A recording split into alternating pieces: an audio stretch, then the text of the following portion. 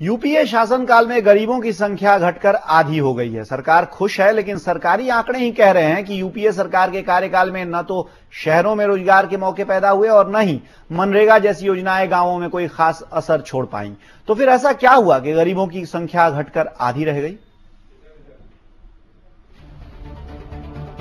महंगाई से लेकर बेरोजगारी को कम करने में नाकाम सरकार जादुई तरीके से देश में गरीबों की संख्या को आधी करने में कामयाब हुई है। योजना आयोग के मुताबिक शहरी गरीबों की संख्या 2004-05 के 25.7% के मुकाबले 2011-12 में 13.7% रह गई है, जबकि गांव में इसी दौर में गरीबों की संख्या 41.8% से घटकर 25.7% रह गई। यानी अब देश में हर 5वां व्यक्ति ही गरीब है। सवाल गरीबी रेखा को मापने के तरीके पर हो सकते हैं, लेकिन सरकार के खुशी के मौके हम क्यों छीने? फिर भी सवाल तो बनता है कि गरीबों की संख्या घटी कैसे, क्योंकि सरकार के ही आंकड़े कहते हैं कि 2004 से 2012 के बीच रोजगार के 1.5 करोड़ मौके ही पैदा हुए। वह भी आखिरी के 2 साल के 1,39,00,000 में से 94 लाख दिहाड़ी मजदूर थे। सरकार कहती है कि मनरेगा ने गरीबों की झोली भरी है, लेकिन सीएजी मनरेगा की नाकामी की पोल खोल चुका है। सरकार के ही आंकड़े कहते हैं कि 2010 और 2011 में बेरोजगारी दर बढ़कर 10.2% तक पहुंच गई है। इसी दौर में ग्रामीण इलाकों में 30 लाख कामकाजी महिलाओं के हाथ में कोई काम नहीं रह गया। 2004-05 के मुकाबले अभी कामकाजी महिलाओं की तादाद 7% तक घट गई है। गांव की तस्वीर बताना जरूरी है, क्योंकि इसी के भरोसे सरकार दावा कर रही है कि गरीबों की संख्या घटी है। सरकार के पास आम लोगों की जेब में पैसे डालने की कोई और योजना ध्यान में आता नहीं है, तो फिर गरीबों की जेब में पैसे डालता कौन है? क्योंकि दुकान में मिलने वाला सामान सालाना 13% की दर से महंगा हुआ है, तो इलाज का खर्च 15% की दर से बढ़ा है।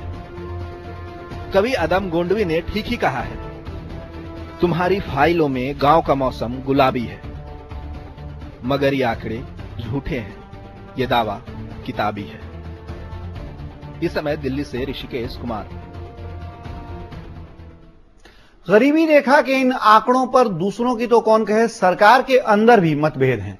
Heavy industry minister Praful Patel ने आज खुले तौर पर गरीबी रेखा में आई गिरावट को सही मानने से इनकार कर दिया। देखिए, देश में प्रगति काफी हुई है, देश में गरीबी पहले के बनिस्बत कम हुई है, लेकिन योजना आयोग के जो आंकड़े हैं और विशेष करके जो उन्होंने एक सीलिंग लगाई है, वो बिल्कुल सरासरी गलत है। आज के जमाने में योजना आयोग ने भी वर्तमान परिस्थिति, जो देश में एक आम आदमी को खाने पीने के लिए, रहने के लिए जो जरूरत है, उसका ध्यान में रखते हुए उन्होंने नई सीलिंग निर्धारित करनी चाहिए। और ये जो आंकड़े हैं, इन आंकड़ों से बिल्कुल हम भी सहमत नहीं हैं। तो गरीबी और रोजगार के इन आंकड़ों और इस आंकड़ों के गोलमाल पर बातचीत करने के लिए हमारे साथ ग्लोबल हंट के डायरेक्टर सुनील गोयल इस समय मौजूद हैं। गोयल साहब, बहुत बहुत स्वागत है आपका समय बिजनेस में।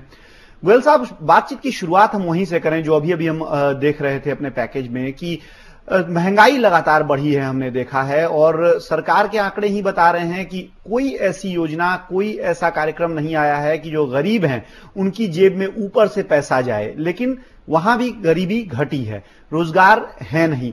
किस तरह से इन आंकड़ों को समझा जा सकता है? क्या लगता है आपको, जमीन पर कितनी विश्वसनीय है ये आंकड़े? देखिए, जहां तक आंकड़ों की बात है, सबसे पहले तो गरीबी पैसा दे के दूर नहीं की जा सकती। ये तो सबसे बेसिक चीज है, जो सरकार हो या कोई भी आदमी हो उसको ये समझना पड़ेगा। गरीबी को दूर किया जा सकता है उस इंडिविजुअल्स को या उस कम्युनिटी को या उस पूल को सेल्फ सस्टेन बना के, यानी उसको आप एक ऐसा रोजगार या ऐसा एक सिस्टम दीजिए जिससे वो खुद कमा सके। क्योंकि भी किसी भी आदमी को आप एक टाइम तक कुछ भी आप अलावेंसेस दे दीजिए या कुछ बेनिफिट दे दीजिए, उसके बाद वो कभी न कभी वो अलावेंसेस खत्म हो जाते हैं जी। उससे गरीबी दूर तो नहीं की जा सकती है। सबसे बेसिक, सबसे जो एक जमीनी मुद्दा ये है कि आप कितने लोगों की रोजगार जनरेट किया आपने। और एक मैं बहुत ही इंटरेस्टिंग डेटा शेयर करना चाहूंगा इंटरनेशनल लेवल ऑर्गेनाइजेशन का, जो बताता है कि हिंदुस्तान के अंदर में आज भी 48% जो है वो स्किल्ड लेबर की कमी है। यानी जो कॉर्पोरेट्स हैं या जो कंपनीज हैं या हमारे पीएसयूज हैं या हमारे गवर्नमेंट की ऑर्गेनाइजेशंस हैं, वहां पे हमारे पास सारे इतने लोग नहीं हैं जितनी की रिक्वायरमेंट है। इसीलिए आप देखते हैं कि हर जगह किसी भी तबके में चले जाइए, वहां हर जगह आपके काम डिले होते हैं या सिस्टम डिले होते हैं। उसके लिए सबसे एक जमीनी मुद्दा यह है कि आप लोगों को स्किल्ड कीजिए, चाहे वो स्कूल ड्रॉप आउट है, चाहे वो 6वीं पास है या 10वीं पास है या 12वीं पास है। आप किसी न किसी लेवल पे किसी ने लोगों को आप ट्रेंड कर सकते हैं, उनके एम्प्लॉयमेंट को जनरेट कर सकते हैं। उसके बाद शायद आपको कोई सब्सिडी या आपको उनको पैसे देने की जरूरत नहीं पड़ेगी, वो एक सेल्फ सस्टेन इंडिविजुअल हो जाएंगे। आई थिंक वो एक सबसे बड़ा मुद्दा है। अब चाहे हम बात नरेगा की करें या किसी की भी करें, अगर हम ये एश्योर करते हैं कि किसी को भी कुछ 100 रुपए कुछ महीनों तक देके उनकी गरीबी दूर हो जाएगी, तो मुझे लगता है ये चीजें लंबे समय तक नहीं चलने वाली है और ये कहीं ना कहीं गरीबी को बढ़ावा ही देती रहेगी, कम तो नहीं कर पाएगी, क्योंकि उनकी हम बेसिक चीज को हम लॉन्ग टर्म के लिए नहीं ट्रबल शूट कर रहे हैं। बहुत ये काफी एक शॉर्ट टर्म नजरिया है, उसको हमें देखना पड़ेगा। जी गोयल साहब, आपका एकदम जमीनी एक अनुभव है इस पूरे मामले में, और आपने आपका जो फाउंडेशन का काम भी है जिसमें कि आप स्वरोजगार के लिए ट्रेनिंग वगैरह का भी एक कार्यक्रम उसके लिए चलाते हैं। आपको क्या अनुभव हुआ है? जो सरकार के आंकड़े बता रहे हैं उसमें भी ये कहा जा रहा है कि रोजगार पैदा नहीं हो रहा है। ऐसे में किस तरह से गरीबी दूर हो रही है, या कहा जाए कि किस तरह से रोजगार न होने के बावजूद लोग अपने आप को जो अपना जीवन चला रहे हैं, अपनी जिंदगी कैसे संभाल रहे हैं? देखिए, आज की डेट में क्या है, हमारा जो इनिशिएटिव है ग्लोबल हंट फाउंडेशन का, वो एक एम्प्लॉयमेंट जनरेशन का है और एक स्वरोजगार लाइक जनरेशन का है, जहां हम ये देखते हैं कि एक पूल तबका का ऐसा है जिसको कि हम उसको एक कुछ ना कुछ स्किल डेवलपमेंट करके वहां पे कहीं ना कहीं उनकी वायबिलिटी बढ़ा के उनको सेल्फ एम्प्लॉयड किया जा सकता है। जैसे कोई एक इंडिविजुअल है, उसको अगर एक मोबाइल रिपेयरिंग की ट्रेनिंग दे दी जाए तो वो बहुत जगह अपना कहीं ना कहीं गांव में भी रह के 100-200 मोबाइल रिपेयर करके महीने की अपनी रोजी रोटी कमा सकता है। एक कोई स्किल्ड आदमी है, आज की डेट में आपके पास ट्रेंड वेल्डर्स नहीं है, ट्रेंड कारपेंटर्स नहीं है, ट्रेंड पेंटर्स नहीं है। अगर आप देखेंगे तो प्रोफेशनली ट्रेंड लोग नहीं है, और जहां पे भी लोग हैं वहां पे इतनी कमी है कि जो एक इंडस्ट्री है जहां पे रिक्वायरमेंट है उनको लोग नहीं मिल पा रहे हैं। आज भी जाइए आप गुजरात में जाइए, देखिए टेक्सटाइल के लिए वो इंडस्ट्री ऑलमोस्ट लॉस मेकिंग हो रही है गुजरात में, क्योंकि उनके पास ट्रेंड मैन पावर नहीं है। तो सरकार के पास सिस्टम है, कुछ इनिशिएटिव है, बट मुझे लगता है कि सबसे बड़ा जो गैप है वो एक एंड माइलस्टोन जो होता है, जो एक बेनिफिशियर है जिसको वो फायदा पहुंचना है, वहां तक ये पॉलिसीज पहुंच ही नहीं पाती है। उस आदमी को कहीं पे आप कैच होल्ड करके आप बताएं कि हम आपको इस चीज पे ट्रेन कर रहे हैं और इसके बाद आपकी खुद ब खुद वैल्यू बढ़ जाएगी, जहां पे कि आप 500, 700 या 800 रुपए रोज के कमा सकते हैं और पूरी जिंदगी कमा सकते हैं, जिससे कम से कम आप अपने 3 से 4 लोगों का परिवार एक सादा जीवन जी सकते हैं। उस लेवल पे आप बच्चों को पढ़ा भी सकते हैं, आप अपनी सेविंग भी कर सकते हैं और लाइवलीहुड भी अर्न कर सकते हैं। उस लेवल पे बहुत सारी चीजें मिसिंग है, और मुझे लगता है कि एज ए फाउंडेशन जब हम देखते हैं, जैसे हमारा ग्लोबल हंट फाउंडेशन है, अगर हम उस तरीके से देखते हैं, हम जाके कहीं पे कुछ विलेजेस में कुछ बिलियन लाइट्स के वहां पे सोलर लाइट्स के कुछ प्रोडक्ट्स या कुछ प्रोग्राम्स करने की कोशिश कर रहे हैं, जहां पे कि हम जो वहां के युवाज हैं विलेजेस के, उनको हम बोलते हैं कि आप आइए, ये जो कुछ सोलर लाइट्स हैं इसको आप लीजिए और इसको जाके विलेजेस में आप रेंट कीजिए, जहां पे लोगों के पास बिजली नहीं है या लोगों के पास एफोर्डेबिलिटी नहीं है। यानी सरकार को स्वरोजगार के जो उपाय हैं उन पे ध्यान देना चाहिए, और जो इस तरह से मनरेगा या जो खास तौर से जिनका उद्देश्य लोकप्रियता बटोरना होता है, वहां से केवल समस्या का समाधान नहीं ढूंढना चाहिए। लेकिन एक इसमें बहुत बड़ा सवाल गोयल साहब ग्रोथ से जुड़ा हुआ है, और पहले भी हमने इस तरह के आंकड़े देखे हैं कि हालांकि बहुत ग्रोथ दिखा है आंकड़ों में, मैन्युफैक्चरिंग में ग्रोथ हो रही है और इंडस्ट्रियल प्रोडक्शन में ग्रोथ हो रही है, लेकिन हम ये देख रहे हैं कि वहां रोजगार के साधन घटते जा रहे हैं, रोजगार के मौके घटते जा रहे हैं। इसको किस तरह से आप जस्टिफाई करेंगे? देखिए, ग्रोथ और रोजगार दोनों को कहीं ना कहीं जोड़ा जाता है, बट एक चीज आपको और भी मानना पड़ेगा, ग्रोथ जो हो रही है वो इंडस्ट्री की एफिशिएंसी की वजह से हो रही है।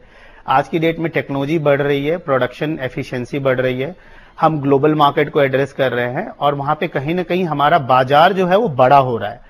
उस बड़े बाजार की होने की वजह से और कहीं ना कहीं कुछ हमारे पास जो स्वचालित मशीन्स हैं या कुछ हाई टेक्नोलॉजीज हैं, वो कहीं ना कहीं हमारे प्रोडक्शंस को इंप्रूव कर रही है, चाहे वो प्रोडक्ट हो या सर्विसेज हो। मार्केट ग्रो करता जाएगा, क्योंकि इंडिया जो है स्ट्रेटेजिकली अगर ग्लोबल मैप में भी देखें तो ऐसी जगह है जहां पे कि इंडिया सबसे बड़ा एक्सपोर्ट ऑफ सर्विसेज का एक हब है। जैसे चाइना एक मैन्युफैक्चरिंग का हब है, इंडिया एक्सपोर्ट ऑफ सर्विसेज का है। बट इस सर्विसेज हब को भी चलाने के लिए आपको बहुत सारे सपोर्ट सिस्टम चाहिए। एक छोटी सी बात कहता हूं मैं आपको, अगर आपके यहां 1 लाख ऑफिसेस बनने हैं पूरे देश में, उस ऑफिसेस को बनाने के लिए आपको ट्रेंड कारपेंटर्स चाहिए। वो आप कहां ट्रेंड कर रहे हैं? क्योंकि कहीं ना कहीं सीधे तरीके से डायरेक्ट या इनडायरेक्ट जो हम बोलते हैं, लोग हर आदमी जुड़ा हुआ है इससे। उस जुड़े हुए लोगों को जब तक हम स्किल्ड नहीं करेंगे, तो आज की डेट में हम बने बनाए में भी एक वर्क स्टेशन या ऑफिस में जो टेबल बनती है उसको हम इंपोर्ट कर लेते हैं चाइना से या दूसरे मार्केट से। वो एफिशिएंसी हम यहां भी डेवलप कर सकते हैं। हम अपने लोगों को ट्रेंड करके शायद हम चाइना के कॉस्ट को बीट कर सकते हैं, उसको शायद हम उससे सस्ता यहां पे प्रोडक्ट बना सकते हैं। तो कहीं ना कहीं हमें लोगों को थोड़ा सा स्किल डेवलपमेंट की जो बात होती है, हर जगह मैं सुनता हूं कि लोग बात करते हैं स्किल डेवलपमेंट की, तो ग्राउंड लेवल पे जब तक एंड यूजर का स्किल डेवलपमेंट इंडस्ट्री की रिक्वायरमेंट के हिसाब से करना बहुत जरूरी है कि एक कंपनी को क्या चाहिए। एक कंपनी को मैकेनिक चाहिए, एक कंपनी को रिपेयर मेंटेनेंस का आदमी चाहिए, एक कंपनी को सिक्योरिटी के लोग चाहिए, एक कंपनी को ऑपरेशंस के लोग चाहिए। अगर हम इंडस्ट्री की रिक्वायरमेंट को ले लेके लोगों को ट्रेन करते जाए, आई थिंक ये दोनों का ही फायदा है। इंडस्ट्री प्रोडक्शन ज्यादा करेगी और हर एक आदमी को एक जॉब मिलेगा, जिससे वो कम से कम अपने 4 से 5 लोगों का परिवार जो है अच्छी खासी तरह चल पाएगा। और ये सस्टेनेबल है, यानी आपको कोई सब्सिडी देने की जरूरत नहीं है, इसमें आपको कोई कैश पैसा बांटने की जरूरत नहीं है, वो आदमी सेल्फ डिपेंडेंट हो जाएगा। वो बहुत जरूरी है। लेकिन गोयल साहब, ये जो मॉडल आप बता रहे हैं, ये जिस तरह की एक लॉन्ग टर्म व्यू के साथ इस मॉडल को चलाने की जरूरत है, आपको लगता है कि हमारे यहाँ देश की जो राजनीतिक स्थिति है और जिस तरह से जो तमाम यहां तक कि गरीबी और रोजगार जैसे मुद्दों को भी जिस तरह से राजनीतिक तौर पर डील किया जाता है, उसमें स्कोप बनता है इस तरह के मॉडल, जो बहुत लंबे समय को ध्यान में रखते हुए इस तरह के मॉडल तैयार करने का? देखिए, स्कोप तो बहुत है। हम नॉन गवर्नमेंट ऑर्गेनाइजेशन है, फाउंडेशन है, हम अपने तरीके से कर रहे हैं। बट शायद अगर गवर्नमेंट इस चीज में सहयोग देती है तो बहुत बड़े पूल को, बहुत बड़ी संख्या के लोगों को बहुत जल्दी एड्रेस किया जा सकता है। अदरवाइज आप देखेंगे तो हमारी जैसी और भी संस्थाएं हैं जो कि छोटे छोटे तबकों को, कहीं 500 लोगों को लेके, कहीं 100 लोगों को लेके, कहीं 200 लोगों को लेके, एक डिस्ट्रिक्ट में 10 विलेज को लेके, 20 विलेज को लेके कुछ ना कुछ काम कर रहे हैं। बट उसका असर बहुत धीमा है, क्योंकि हम एक छोटी संस्था है, या कोई भी ऑर्गेनाइजेशन जो एक नॉन गवर्नमेंटल ऑर्गेनाइजेशन या फाउंडेशंस कर रही हैं, वो अपने हिसाब से कर रही हैं। लेकिन अगर गवर्नमेंट उसमें साथ देती है ऐसे इनिशिएटिव्स में, तो मुझे लगता है इस इफेक्ट को बहुत बड़े तौर पे देखा जा सकता है। और अगर गवर्नमेंट डिस्ट्रिक्ट को लेके, स्टेट को लेके, एक एक तबके को और एक एक इंडस्ट्री को पकड़ के अगर एड्रेस करे इसमें, तो मुझे लगता है 1-2 साल में इतना अंतर दिखाया जा सकता है कि जहां पे कि हर इंडिविजुअल, हमें आंकड़े दिखाने की जरूरत नहीं है, शायद उसके बाद हर आदमी खुद आके बोलेगा कि नहीं, मैं हैप्पी हूं, अपने परिवार के साथ हूं और मैं खुद कमा रहा हूं, मुझे किसी की मदद की जरूरत नहीं है। शायद वो डिफरेंस हम ला पाएंगे अगर आप दूसरे देशों में जाइए जो विकसित देश है, अमेरिका है या यूरोप है या जो भी विकसित देश है, वहां पे जाइए तो शायद वहां पे लोगों की सब्सिडी की या गवर्नमेंट से हेल्प की उम्मीद कम रखते हैं।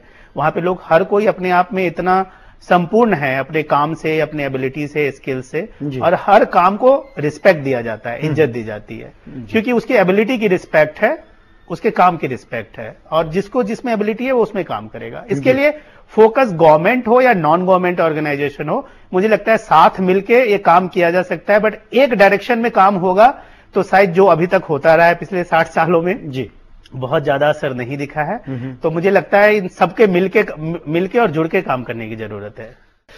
सरकार ने अभी हाल में CSR, जो कॉर्पोरेट सोशल रिस्पॉन्सिबिलिटीज हैं, उनके लिए कुछ जोर लगाया है। कुछ ये कहा जा रहा है कि वो कुछ अपने पैसे, जो प्रॉफिट है उसका एक परसेंटेज मैंडेटरी हो, जरूरी हो कि वो कॉर्पोरेट सोशल रिस्पॉन्सिबिलिटी में लगाएं।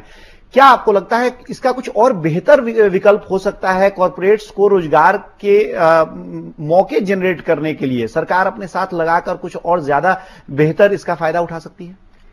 देखिए, अगर पैसे देने से अगर गरीबी दूर होती तो मुझे लग रहा है कि अभी तक कोई ना कोई सरकार इसमें पूरी तरह सफल हो चुकी होती, क्योंकि सरकार के पास काफी पैसा है और वो दे सकती है। ये अच्छी बात है कि एक CSR का बिल आया है हमारे पार्लियामेंट में। आई थिंक एक हाउस में वो पास भी हो चुका है और दूसरे में भी ऑलमोस्ट मैच्योर होने के कगार पे है। उसमें एक सिर्फ ये आ रहा है कि ठीक है आप 2% आप अपने जो भी है रेवेन्यू का या प्रॉफिट का आप उसमें दीजिए, अच्छी बात है। ज्यादा फंड आएगा, मैं ये बोलूंगा as a corporate social responsibility कि आप अपनी सोसाइटी से पैसा कमाते हैं तो ये समय है कुछ ना कुछ आप अपने समाज को वापस दीजिए। और समाज को वापस दीजिए का मतलब ये है कि आप अपने एक समाज का जो एक पिछड़ा तबका है या कहीं ना कहीं उसको डिप्राइव्ड जो क्लास है उसको आप ऊपर लेके आइए। बट मेरा एक सवाल फिर मन में यही आता है, क्या उस पैसा तो पहले भी लग रहा था, बहुत सारे पॉलिसीज आई, बहुत सारे जो है नियम कानून लगे, बट फिर भी गरीबी दूर नहीं हो पाई। इसमें जो सबसे ध्यान देने वाली बात यह है कि कॉरपोरेट्स को भी एक लेवल तक पता है कि कहां एड्रेस करना है, क्या इश्यूज हैं। और ये सबसे ज्यादा जरूरी चीज है कि मुझे लगता है कि जो फाउंडेशंस हैं या नॉन प्रॉफिट ऑर्गेनाइजेशंस हैं या गवर्नमेंट हैं, एक्सेस लेवल दोनों का इस तरीके से आए। आप रूल ले आइए और उसके बाद सिर्फ ये फॉलो कीजिए कि आपने 2% फंड दिया या नहीं दिया। रादर आप ये लेके आइए जो आपने CSR इनिशिएटिव किया है उससे इफेक्ट कितना आया है, उसका मेजरेबल इफेक्ट कितना है, उसको कितना मापा जा सकता है कि आपने एक्चुअली किसी विलेज को, किसी गांव को आपने एक तरह से गोद लेना बोलते हैं, अडॉप्ट लेना करना बोलते हैं, वहां के बच्चों को आपने शिक्षित किया, वहां के जो युवा हैं उनको कुछ न कुछ स्वरोजगार दिलाया, वहां की जो महिलाएं हैं उनके लिए आपने कुछ ऐसा कुछ काम किया जिससे कि उनकी एक जो नॉर्मल मेजरेबल, मैं बहुत बोलता हूं आज के डेट में गांव में आप जाइए और तो बहुत ही स्थिति अच्छी नहीं है लोगों की जिस तरीके से वो रहते हैं, तो उसमें आपने क्या इंप्रूवमेंट किया। और स्पेशली जहां जहां पे इंडस्ट्री के या ऑर्गेनाइजेशंस के जो अपने ज्योग्राफिकल डोमेन है, एरियाज हैं, वहां पे अगर मेजरेबल क्राइटेरिया को लगाया जाए और उसमें एक सेल्फ मोटिवेशन दिया जाए कि अगर आप ये चीज करते हैं, सिर्फ टैक्स बेनिफिट काफी नहीं होगा मुझे लगता है, उसके साथ साथ आप उसमें ये भी कीजिए कि अगर आप ये चीज करते हैं तो हम आपको सपोर्ट करेंगे हर चीज से, एडमिनिस्ट्रेशन से, फंड से, जो भी उसमें सरकार कर सकती है कि आइए हम हाथ मिलाते हैं और हाथ मिला के इस चीज को पूरा करते हैं, क्योंकि हम सबकी जिम्मेवारी है, एक आदमी की नहीं है।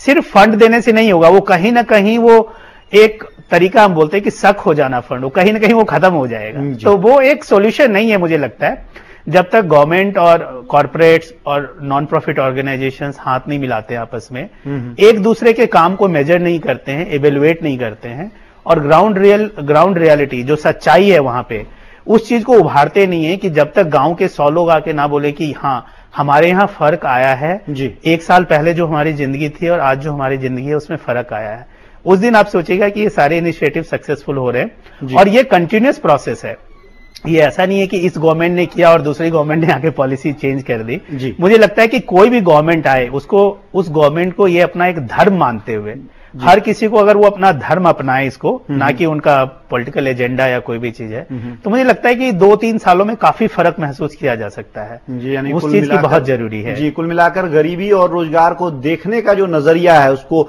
संभालने का नजरिया है, उसे आमूलचूल तरीके से बदलना होगा।